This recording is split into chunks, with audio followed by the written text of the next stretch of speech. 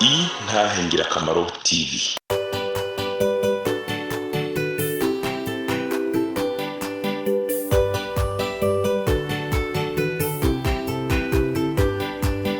Umwami Yesu arindeze niwatanga amajambo umunyabyaha ngo renguka wumva iby'ubugingo atugirira ubuntu akatwiyegereza amajambo meza cyane yo kunera umunezero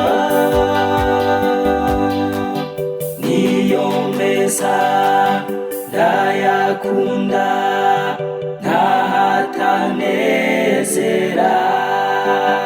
Yesu arakiza.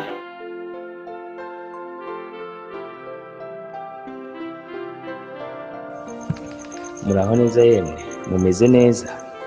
Ndi Fabrice Nimfasha, umukunzi wanyu televiziyo n'Intahe Ngirakamaro. Ndagarutse jewe meze neza, niriwe amahoro.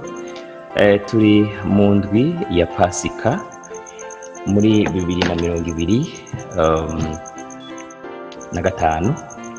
Aka kanya ntoye igitabo canje ni saa 4 z'ijoro n'iminota 30. Ni itariki 18 z'ukwezi kwa 4 2025.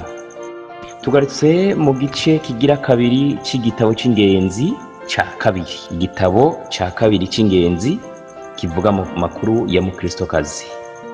Mu gice ca mbere nabumvishije amateka y'umwanditsi wa kino gitabo, nongera ndabibutsa ukuntu umukristo yari yarasengeye umudamu wiwe n'abana biwe, ariko arinda apfa batarihana, ariko amaze gupfa bagiye gukizwa.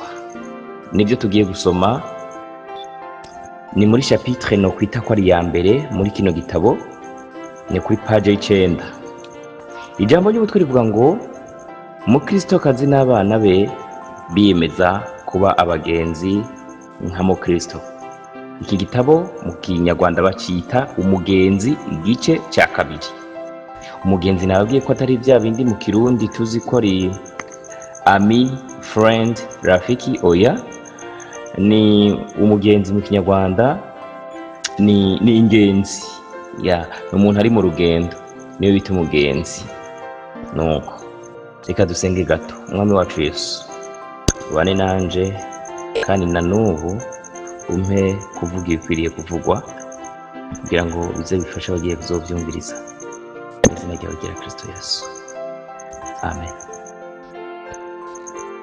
Ndagiye no gusoma. Bagenzi, shuti zanje, igitekerezo c'inzozi nabatekerereje c'umugenzi mu Kristo n'urugendo rwe hagana mu ijuru cambereye cyiza, kandi namwe cyarabahuguye. Nababwiye ibyo nabonye ku mugore we n'abana be, n'uburyo batari biteguye kumukurikira, bigatuma basiga ahunga akaga kari kategereje igihugu cabo rimbukiro. Niyo mpamvu nk'uko nabibasobanuriye icyo gihe yabasize akagenda. Cya gisagara babamwo twebwe mu ngenzi y'ikirundi bita mahonero, mu Kinyarwanda bacita rimbukiro. Turakomeza no gusoma. Nari narabuze uburyo namenya ubutunzi yasize inyuma kubera imirimo myinshi yatumye ntabasha kongera gusura icyo gihugu, ariko hambere aha nagize impamvu zinjyanayo maze nyarukirayo. Hasigaye nka kilometero 2 kugira ngo ngere muri uwo mugwa. Nsinzirira mu gashamba kahari, nuko ndongera ndarota. Nkirota mbona umugabo ukuze yegera aho nari nduhukiye, kuko twagombaga gufatanya inzira ho gato. Ndahaguruka maze turajyana. Tukigenda nk'uko umuco w'abagenzi umeze, ndatangira kuganira, tuza kugera no ku bya mukristo n'urugo rwe. Natangiye ikiganiro mbaza uwo musaza witwa Mwumva neza nti, mubyeyi, mbese uriya mugwa ndeba ibumoso bw'inzira n'uruhe? Wa musaza aramwishura ati uriya murwa ni umurwa rimbukiro, utuwe n'abantu benshi kandi bategekwa n'ibitekerezo bibi. Umukristo ati nibwiraga ko uwo murwa ushobora kuba ari wo koko, nigeze kujyayo rimwe, niyo mpamvu mbonye ko ibyo uvuze ari iby'ukuri. Wa musaza mwumva neza nawe ati ni ukuri rwose, nubwo bibabaje mu kuganira kuri abo baturage, ndashaka kuba mukuri. Ndabona uri umuntu ufite ibitekerezo byiza, ukunda kumva no kuvugisha ukuri. Mbese ntiwaba warigeze kumva uko byaba byaragendekeye umugabo witwa Mukristo wo muri uriya murwa wigeze kujya mu rugendo agana mu gihugu kiruta ibindi? Wa musaza mwumva neza ati ni koko, numvise bamuvuga. Yagize impagarara, ibikomeye, ibifungo, intambara, amarira, amaganya, gutinya, ubwoba, mbese ntacyo atabonye muri urwo rugendo, ndetse n'ubu niyo nkuru ivugwa mu gihugu cyose. Abantu benshi bumvise inkuru ye kandi bakoze uko bashoboye kugira ngo bamenye iby'urwo rugendo rwe. Urwo rugendo rurimo ibyago rwatumye abenshi bamugarukira, nubwo bamwitaga umusazi akiri ino. Muri iki gihe abantu benshi baramwemera cyane, bavuga ko ahari ubu yuzuye ibyishimo, ndetse n'abantu biyemeje kuzakora urugendo nk'urwe usanga bafite ubwuzu, ibyishimo bibasaze iyo batekereje ku byiza arimo. Mukristo ati impamvu bavuga ko anezerewe ni uko ubu ari ku isoko y'ubugingo, ahabwa ibintu byose nta mvune, akabyishimiramo, nta mubabaro, nta gahinda kuko katabayo. None ndakwinginze mbwira ibindi bintu bamuvugaho. Wa musaza mwumva neza ati bamuvugaho ibintu bitangaje. Bamwe bavuga ko atembera yambaye imyenda yera, anigirije izahabu mu izosi, yambaye ikamba mu mutwe ritatseho amaraso y'igiciro cyinshi. Abandi bavuga ko intumwa zibengerana zajyaga zimwiyereka akiri mu rugendo, hari zo nshuti bashikirana nk'uko natwe dushikirana na hano. Uretse ibyo kandi bemeza ko umwami w'igihugu atuyemo yamuhaye icumbi ryiza ry'icyubahiro ibwami, kandi ko buri munsi basangira, bagatembera, baganira, kandi umucamanza bose muri icyo gihugu aramusekera, akamuha uburenganzira ku kintu cyose, kandi ngo umwana w'umwami, umutware w'igihugu, azaza vuba muri iyi migwa kugira ngo azamenye impamvu, niba hari uwayimubwiye. Bagenzi ba Mukristo bamusuzuguraga, bakamuseka igihe bari babonye ko yari agiye gutangira urugendo. Bavuga kandi ko umwami we amukunze cyane ku buryo yumva ibibi byose byamubayeho mu rugendo abifata nk'aho ari we byabayeho. Ariko ntibitangaje kuko Mukristo yitangiye umwami we nk'uko nawe yari yaramwitangiye kera. Ntinyutse kukubwira ko mbyishimiye. Nishimiye ko uwo mugabo yaruhutse imirimo n'imihate bye, akaba yarasaruranye ibyishimo, ibihembo by'amarira ye, akaba ariho abanzi be badashobora kugera. nishimiye kandi ko iyo nkuru yamamaye muri iki gihugu. Mbese ninde wavuga ko inkuru ye itazafasha abo yasize bakaba bakizwa? Ariko se nkibuka ntacyo wamenya ku mugore we n'abana be. Ubu ni mukristo abajije be n'abantu. Mbega abantu bababaje, ndibaza icyo bakora ubu. Wa mutama arasubiza ati, bande? Mukristokazi n'abahungu be? Ndibwira ntashidikanya ko bakora icyo mukristo yakoze, kuko nubwo babanje kwigira abapfapfa ntibemezwe n'amarira no kwinginga kwa mukristo, bagezaho baratekereza, maze ibitekerezo byabo birahinduka ku buryo biyemeje kuzinga ibyabo, maze bakagenda kugira ngo bamukurikire. Mukristo agwa mu kantu, arabaza ati, uvuze ngo umugore n'abana be n'ubutunzi bwabo? Wa mutama mwumva neza ati, ye, ndabikubwira uko byagenze kuko byabaye mpibereye. Mukristo ati, ni ukuvuga rero ko dushobora kubiganiraho nk'ari imvaho? Wa mutama mwumva neza ati, witinya kubyemeza. Uwo mugore ni intwari. Uwo mugore w'intwari n'abahungu be 4 batangiye urugendo, kuko tugiye gufatanya urugendo rurerure. Ngiye kugutekereza byose.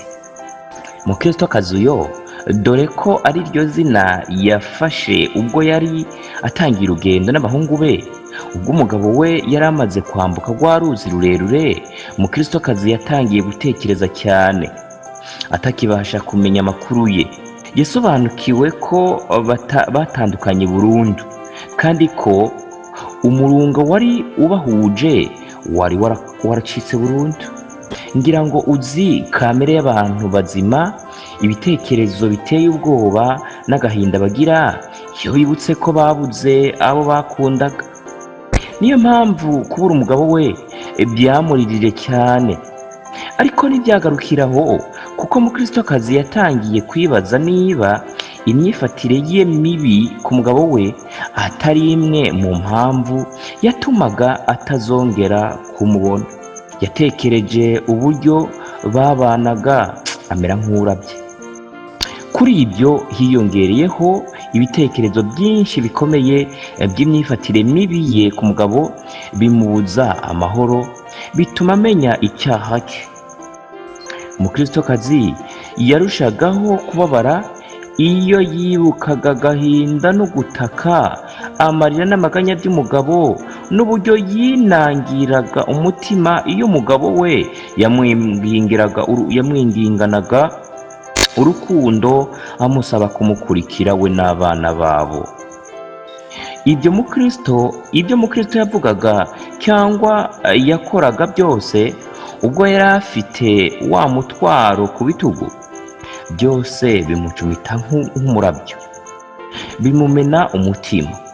Yumvaga ijwi ry'umubabaro mwinshi mu matwi ye, ritahwemaga kuvuga ngo, nakora iki kugira ngo nkizwe?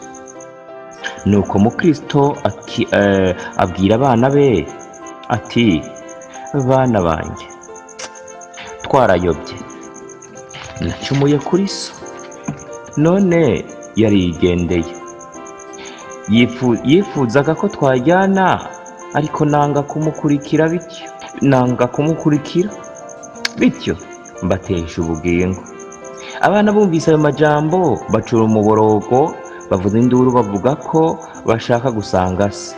Mukristokazi ati, iyaba twarajyanye nawe, ahari byari kutubera byiza kuruta uko bizatubera, kuko nubwo nigiraga kera ko imibabaro ya so yaturukaga ku bupfapfa cyangwa ku gahinda kamurushaga, ubu nibwo nsobanukiwe ko byari bifite indi mpamvu yo kumenya yuko yari yarahawe umucyo w'ubugingo, kandi ko akurikira uwo muco yahungaga imitego y'urupfu.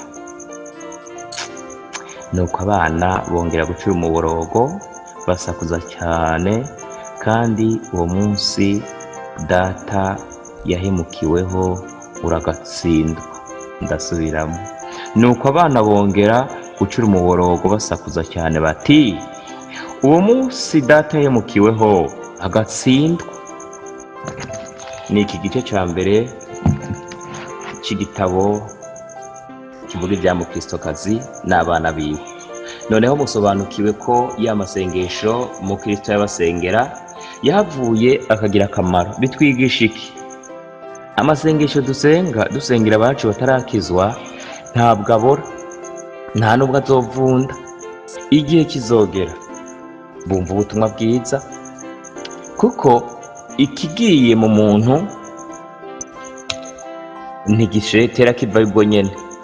Muribuka neza mwese ko nko mu gihe cy'intambara cya gihe abasoda bahora bakunda kugenda bararirimba za nkato no gutabashigikiye bakarengana babiririmba. Hari igihe wumva haheze umwanya ukumva bikugarutse mu bwenge. Nibutse ko hari abashobora kuba ariko banyumviriza ibyo ataco babiziko, ariko murabizi neza ko twebwe bakijijwe hari n'igihe ushobora guca iruhande ya salon de coiffure canke ya studio ukumva ariko bavuza indirimbo za gipagani. Wagira imbere ukumva biriko bikugaruka mu bwenge. Mbese ntibizorushiriza kuba gutyo ku bantu tubwira ubutumwa bwiza nubwo batobwemera? Igihe kizogera basubire bumve bisirikira mu bwenge, bihane. Benshi muri abo baramaze gukizwa, natwe nuko byagiye bitugendera. Nuko rero haruhande y'ivyo n'amasengesho dusengera batarakizwa, igihe kiragera agakora ikintu. Niko tubibonye ko no kuri mukristokazi n'abana biwe niko byagenze. Ntabwo bemejwe n'ubutumwa bwiza umugabo wiwe canke papa wabo yababwiye akiriho, ariko bagiye kubwibuka atakiriho. Nuko rero tucishikare kuvuga ubutumwa no gusengera batarakizwa, ntiturambigwe haba kubuvuga canke kugusenga, kuko ubutumwa bwiza ni imbuto itabora. Ijambo ry'Imana rivuga ngo nk'uko imvura iguye idasubira hejuru idatoheje imirima, niko ijambo rivuye ko Uhoraho ritazogenda ubusa. Imana ibahezagire. Tuzosubira mu gice kigira kabiri, aho tuzobona mukristo n'abana be batanguye urugendo, kandi bazojana n'undi mugore yari umubanyi wabo yitwa Mbabazi, hakume mukristo yajana na Mwizerwa, mu nyuma akajana na Vyizigiro, kandi abo bose bakagenda mugira akamaro mu rugendo. Benshi niko bibagendekera iyo bagiye gukizwa. Hari igihe Imana ibibona uwundi muntu azobagira akamaro bakajana. Imana ibahezagire. Ndabakunda, namwe ndazi ko munkunda. Ntimunkundire ubusa, munsengere. Nta yindi nterano ndabasavye, munsengere. Musimbire no kuri YouTube, musimbiyeho mukaburaba ku bafise uburyo. Ntimuveyo mutemeje ko mukurikirana ibiganiro byacu. Mubyemeza mute? Musiga commentaire, mugasiga mufyonze ko muri abadukurikirana mu buryo bwo gufyonda sabone, canke biri mu rundi rurimi nyene nawe uvyumva subscribe, canke sinzi abandi bari mu zindi ndimi. Ko ikiruta byose mudusengere, natwe turabasengera kandi turabakunda. Imana ibahezagire. Mwami wacu Yesu, turagushimiye ko wemeye ko dusoma kino gitabo. Uzoshishikare kubana natwe kugira ngo bikunde ko iminsi dusigaje mu isi tuyigukoreramo neza, mu izina ryawe rya Kristo Yesu.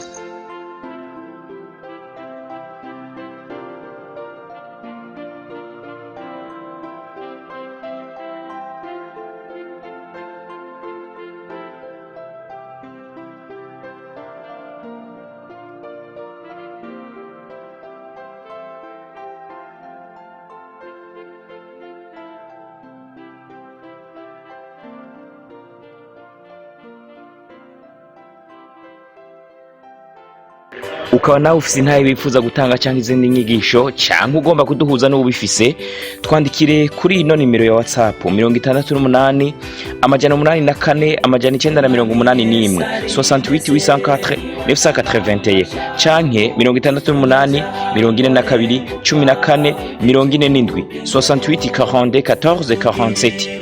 kaze twiteze intahe zivuye muri mwebwe kugira natwe tuzisangiza abandi. Izina rya Yesu rirusheho guhabwa icubahiro. Kaze, Imana ibahezagire. niyo meza ndayakunda ntahatanezera